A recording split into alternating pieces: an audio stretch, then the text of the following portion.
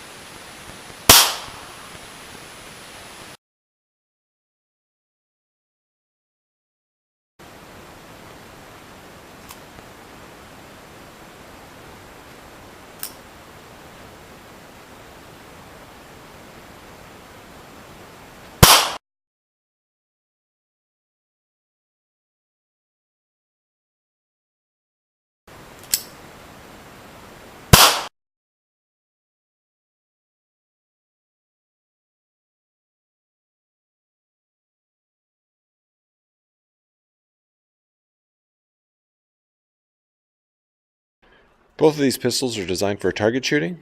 I find the trigger to be very much the same. A little bit longer on the reset on the Smith Wesson Model 22A, but they pretty much feel the same. They of course both have heavy barrels.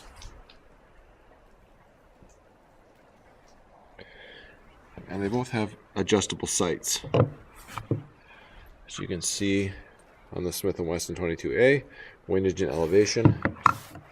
On the Ruger Mark II, windage and elevation.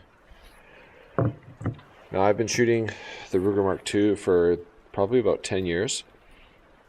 And I just shot the Smith & Wesson Model 22A for the first time. And the results are pretty much the same. I don't think either of these is any more accurate than the other. It just comes down to preference. Of course, I have a custom Hogue grip that I've put on my Ruger Mark II. This is not the factory grip.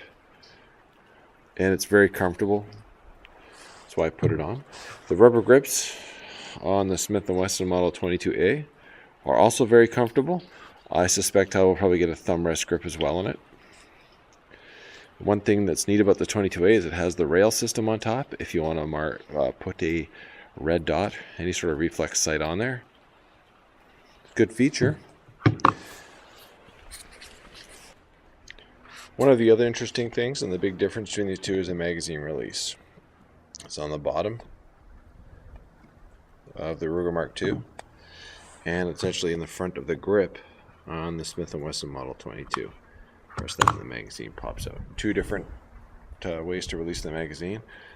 I don't have a preference for either or. However, I generally like the kind of mag release you're going to find on a lot of the 9mm 40 caliber, 45 caliber pistols, where the magazine release is up here or down by the trigger. I just prefer it. These are different designs. It's just up to a personal preference. It's pretty clear to see that one looks a little bit more modern than the other, but there is a considerable age difference. But the Ruger Mark II is sort of, I guess, a benchmark of target pistols that you can start out with. I bought one secondhand for about $300 10 years ago, and I paid just over $300 for the Smith & Wesson Model 22A. Keep in mind, this is Canadian dollars. I pay a little bit more for our firearms. The one thing I will say is the slide actions do work differently. You can see right here on the Ruger Mark II, you simply grab the sides and you pull it rearward. It's a little bit different on the Smith & Wesson. The slide is wider. I find that the rear sights tends to stick out a little bit more, and you can definitely, there's a chance that you can catch your hand on that, whereas the sight is much more further forward.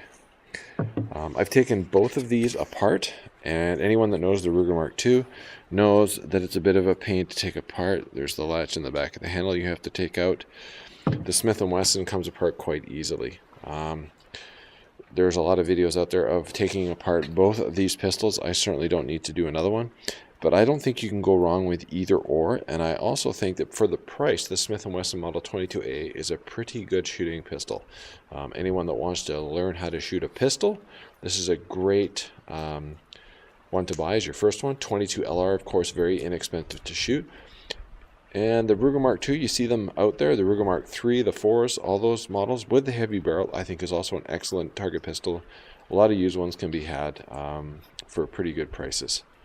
Nope, just my little review on it, just to show you how they shoot and what some of the difference are. Got any questions? Feel free to ask.